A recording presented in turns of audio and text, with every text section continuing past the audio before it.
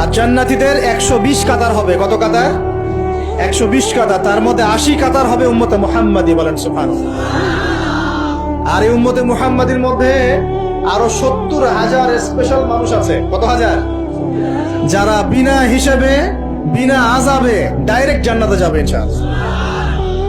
বলে দিব তারা কারা? 70,000।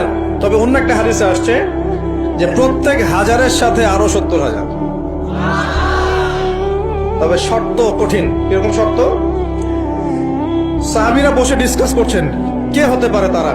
কেউ বলছেন তারা হয়তো প্রথম দিকের মুসলিমরা হবেন, কেউ বলছেন তারা হয়তো মুজাহিদরা হবেন, কেউ বলছেন তারা বদর যুদ্ধের সাহাবীরা হবে ইত্যাদি।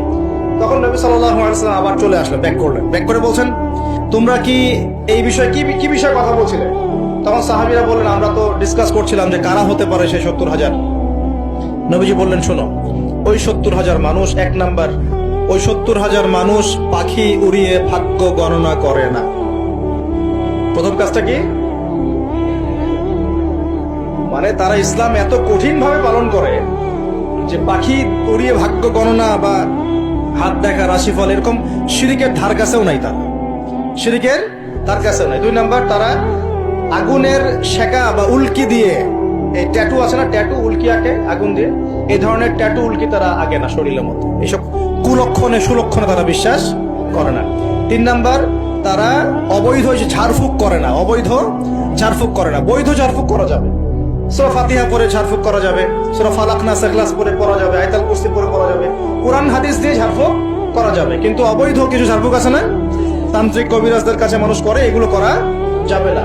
আর 4 নাম্বার হচ্ছে তারা সর্বাবস্থায় এক আল্লাহর উপরে তাওয়াক্কুল করে, ভরসা করে, আল্লাহর প্রতি তাওয়াক্কুল করে। এরা হচ্ছে সেই 70,000 মানুষের মধ্যে থাকবে ইনশাআল্লাহ। এক সাহাবী দাঁড়িয়ে বললেন, ওয়াকাশা দাঁড়িয়ে বলছেন যে ইয়া রাসূলুল্লাহ, আমার জন্য দোয়া করেন, আমি যেন সেই 70,000-এর মধ্যে থাকতে পারি। নবীজি বললেন হ্যাঁ, তুমি 70,000-এর মধ্যে একজন।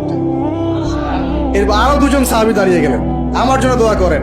নবীজি বললেন না, ওয়াকাশা অগ্রগামী হয়েছে। এভাবে সবার জন্য দোয়া করতে থাকলে দরজা কি হতো?